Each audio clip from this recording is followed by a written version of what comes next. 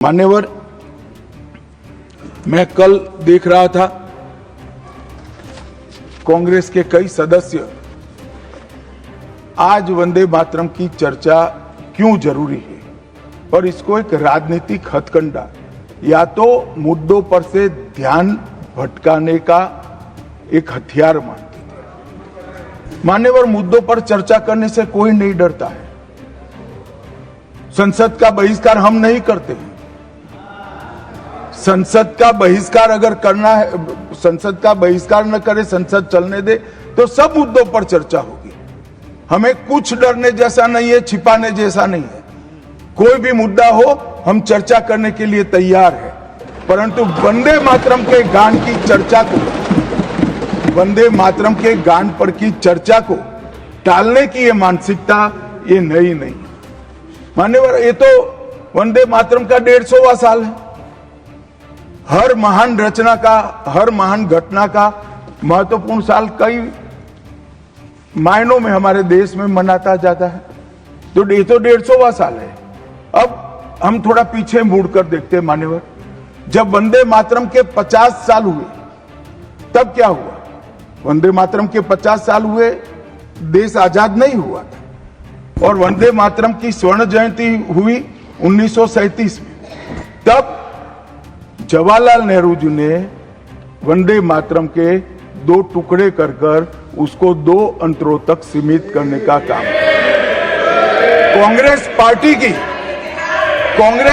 की 50वें साल में जो एक प्रकार से वंदे मातरम का महिमा मंडन करने की पद्धति थी,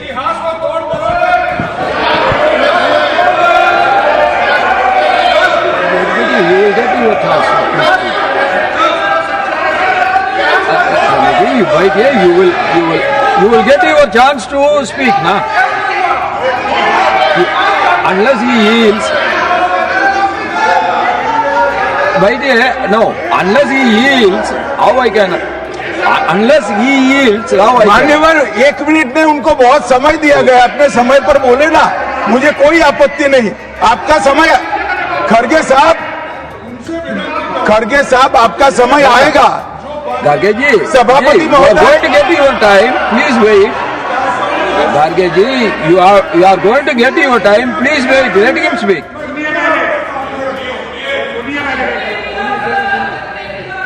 मान्यवर, 50वें पड़ाव पर वंदे मातरम को सीमित कर दिया गया। वहीं से तुष्टीकरण की शुरुआत हुई और वो तुष्टीकरण जाकर देश के विभाजन में पलटा। मान्यवर, मेरे जैसे कई लोगों का मानना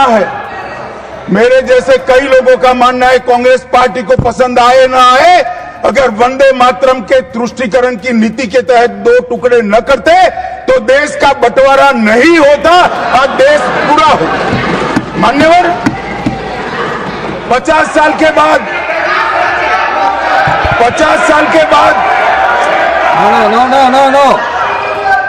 No, nothing will go on record except Honorable Minister's speech. Please. मान्यवर, 50 साल के बाद वंदे मातरम 100 साल का हुआ।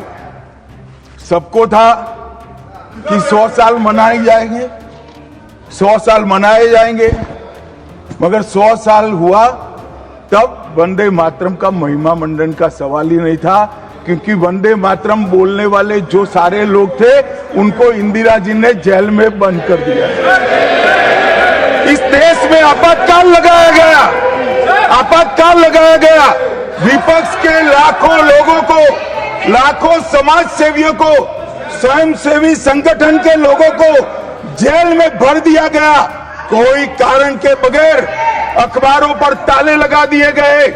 यहां तक कि आकाशवाणी में उस वक्त एक ही माध्यम था, आकाशवाणी में किशोर कुमार की आवाज ही नहीं आती थी। ड्यूएट गाने भी लता जी की आवाज में ही आते थे। मान्यवर, पूरे देश को, जब वंदे मातरम 100 साल का हुआ, पूरे देश को बंदी बनाकर रख दिया। और कल 150वां साल है। 150वें साल में लोकसभा में चर्चा हुई साहब, ये कांग्रेस पार्टी की स्थिति देखिए। जिस कांग्रेस पार्टी के अधिवेशनों की शुरुआत गुरुवर टैगोर जैसे लोग वंदे मातरम गा कर कराते थे। वंदे मातरम कांग्रेस पार्टी के आजादी के आंदोलन का एक मंत्र बना था। वो वंदे मातरम के महिमा मंडन करने के लिए जब लोकसभा में चर्चा हुई, गांधी परिवार के दोनों सदस्य नदारद थे, दो में से एक भी। वंदे मातरम का विरोध आज भी जवाहरलाल नेहरू से लेकर आज के कांग्रेस के नेतृत्व तक कांग्रेस के खून के अंदर बसा। मान्यवर,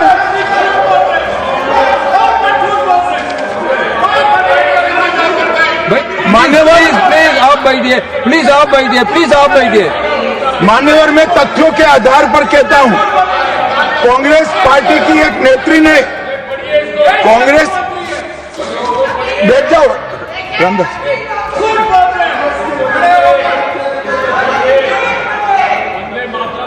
अरे दिग्विजय जी, अब नौकरी पक्की है इस आयु में, क्या कर रहे हो भैया? अब नहीं जाएगी नौकरी। मान्यवर, मैं जो कह रहा हूं वो रिकॉर्ड का हिस्सा है दूसरे सदन का। मान्यवर, दूसरे सदन की चर्चा में कांग्रेस पार्टी की एक प्रमुख नेत्री ने कहा है कि वंदे मातरम की आज चर्चा की कोई जरूरत नहीं। मुझे मालूम नहीं पड़ता कि वंदे मातरम से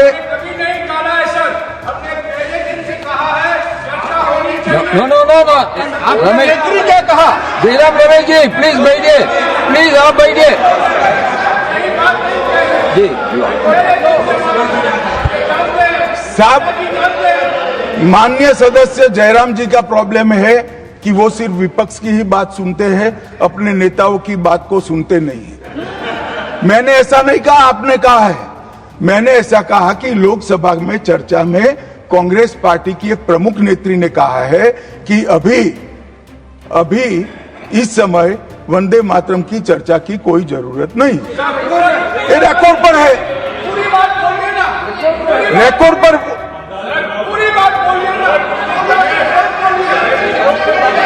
मान्यवर, आप बैठिए।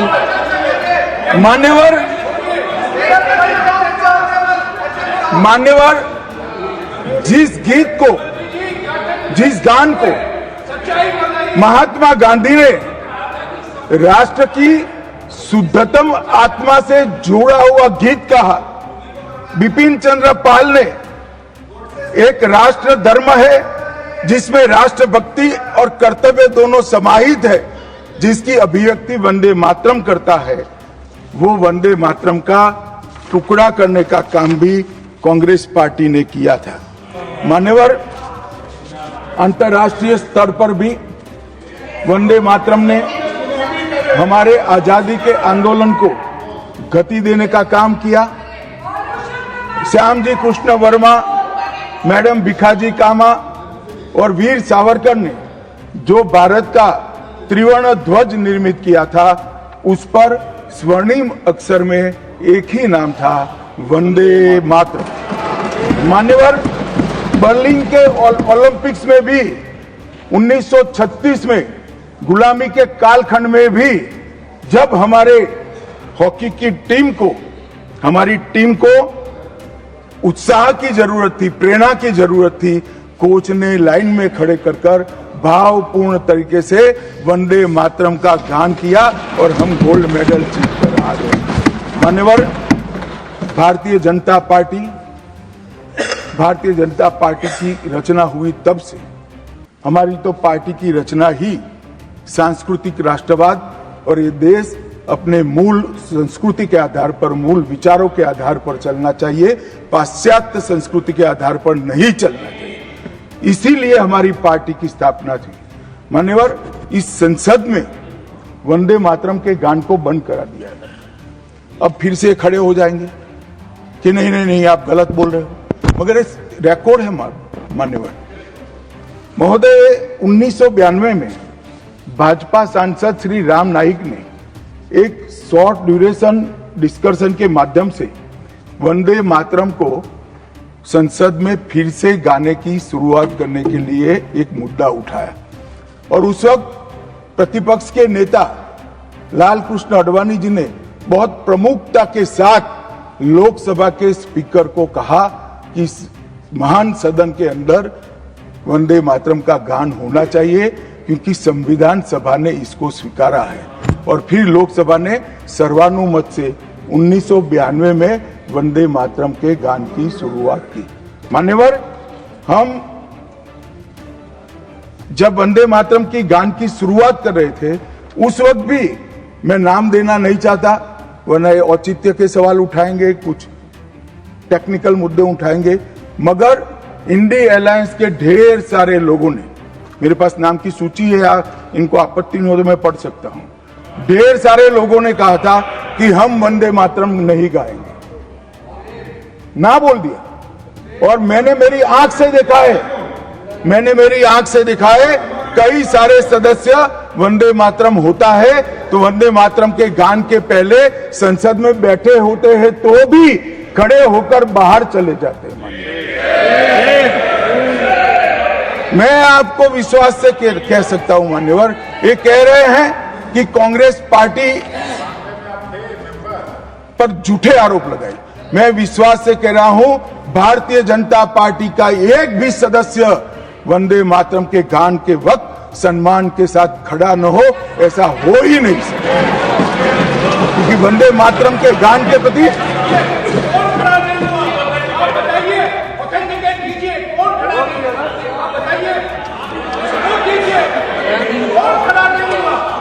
आप बैठिए, आप बोथ बैठिए प्लीज, आप बोथ बैठिए प्लीज, बैठिए please. You will get your chance to speak. You can say your opinion when the turn comes to you.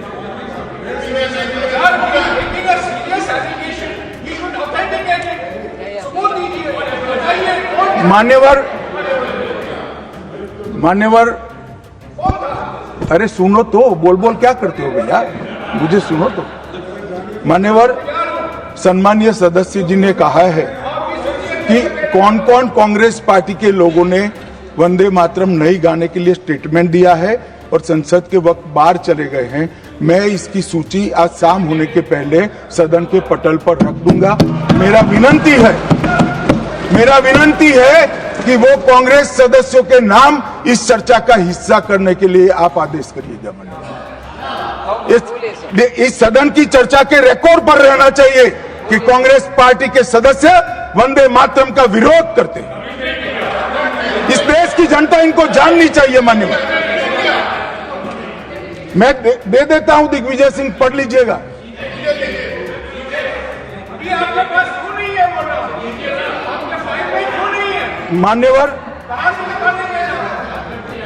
मान्यवर, वंदे बंकिम चंद्र चट्टोपाध्याय जी की 130वीं जयंती पर हमारी सरकार ने, डाक विभाग ने एक स्टैंप जारी किया। स्वतंत्रता की 75 की वर्षगांठ के उपलक्ष्य में हर घर तिरंगा का अभियान भी हमने करा और उस वक्त हमारे प्रधानमंत्री जी ने जनता का आह्वान किया था कि तिरंगा फहराते वक्त वंदे मातरम बोलना नहीं भूलना चाहिए। और मान्यवर, ये वंदे मातरम की 150वीं वर्षगांठ, उसको भी भारत सरकार बहुत अच्छे तरीके से हमने मनाने का तय किया है। 1 अक्टूबर 2025 को केंद्रीय मंत्रिमंडल ने पूरा वर्ष वंदे मातरम के यशोगान में मनाया जाएगा, इसका प्रस्ताव पारित किया। 24 अक्टूबर 25 को राष्ट्रीय और अंतर्राष्ट्रीय स्तर पर समन्वयित कार्यक्रमों की रूपरेखा तय की गई। माननीय प्रधानमंत्री जी ने भारत माता को पुष्पांजलि देकर 7 नवंबर 25 को नई दिल्ली में ये वर्ष का शुभारंभ किया। उसका चरण 1 नवंबर में हो चुका है, चरण 2 जनवरी 26 में होगा, चरण 3 अगस्त 26 में होगा और चरण 4 नवंबर 26 में होगा। स्मारक डाक टिकट का वो भी हम जारी कर चुके हैं, सिक्का भी जारी कर चुके हैं। वंदे मातरम नाद एकम रूप अनेकम ऐसे शीर्षक से 75 वादकों द्वारा विशेष सांस्कृतिक प्रस्तुतिकरण की रचना भी हो चुकी है और सुबह 10 बजे उस दिन 7 नवंबर को देश भर में सामूहिक वंदे मातरम का गान भी भारत सरकार के आह्वान पर देश की जनता ने किया। मान्यवर, वंदे मातरम के 150 वर्ष इसकी डॉक्यूमेंट्री और प्रदर्शनी बनाई गई है हर जिला सेंटर पर, और हो सके तो तहसील सेंटर पर उसको दिखाया जाएगा। डिजिटल मोड पर करोड़ों लोगों को वो प्रदर्शनी भी भेजी जाएगी। ऑल इंडिया रेडियो, दूरदर्शन और FM चैनलों पर विशेष कार्यक्रमों को प्रसारित करने का हमने आयोजन किया है। प्रेस सूचना ब्यूरो द्वारा टायर T2 और टायर 3 शहरों में चर्चा सभाएं का आयोजन होने वाला है। सभी भारतीय दूतावासों में वंदे मातरम आधारित सांस्कृतिक संध्याएं आयोजित होने वाली है। Vande Mataram salute to mother earth के तहत वृक्षारोपण अभियान चालू है। हाईवे पर देशभक्ति आधारित वंदे मातरम के इतिहास को दर्शाते हुए भित्ति चित्र भी हम रखने वाले हैं। रेलवे स्टेशन और हवाई अड्डों पर LED डिस्प्ले के माध्यम से सार्वजनिक घोषणा भी होगी और वंदे मातरम और बंकिम चंद्र चट्टोपाध्याय जी पर 25 लघु फिल्में 1-1 मिनट की बनाने का भी हमने शुरुआत कर लिया है। मान्यवर, देश के प्रधानमंत्री जी ने लाल किले से अमृत काल के लिए पंच प्रण की घोषणा की थी।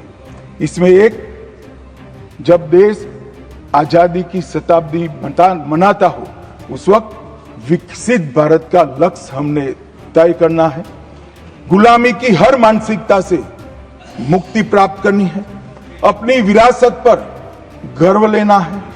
देश की एकता और एकजुटता और अखंडितता को हमें संभाल कर रखना है और नागरिकों में कर्तव्य की भावना को हमें आगे बढ़ाना है। मान्यवर, जब देश के आजादी के 75 साल हुए, कोरोना काल होने के बावजूद 2 साल तक पूरे देश के हर गांव में आजादी के अमृत महोत्सव को मनाया गया। अमृत महोत्सव के माध्यम से इस देश की युवा पीढ़ी को हमारी 1857 से 1947 तक की पूरी आजादी के संघर्ष को हमारे युवाओं को परिचित कराया। कई नामी, कई अनामी, जिनके नाम भी इतिहास में दर्ज नहीं हुए, ऐसे स्वतंत्रता संग्राम के नायकों को ढूंढकर उनके स्मारक बनाए गए। देश भर में कई कार्यक्रम हुए और देशभक्ति का एक नया ज्वार खड़ा करने का प्रयास आजादी के बाद पहली बार 75 साल जब मनाए गए तब हुआ। और वहां से अटके नहीं, माननीय प्रधानमंत्री जी ने अमृत काल का विचार रखा। आजाद हुए तब से 75 साल जितनी भी सरकारें आई, अच्छा काम किया, सबने देश को बहुत आगे बढ़ाया है। हमने हमारे लोकतंत्र को पाताल से भी गहरा पहुंचाया है। हमारे लोकतंत्र की जड़ें आज मजबूत हो चुकी है मान्यवर।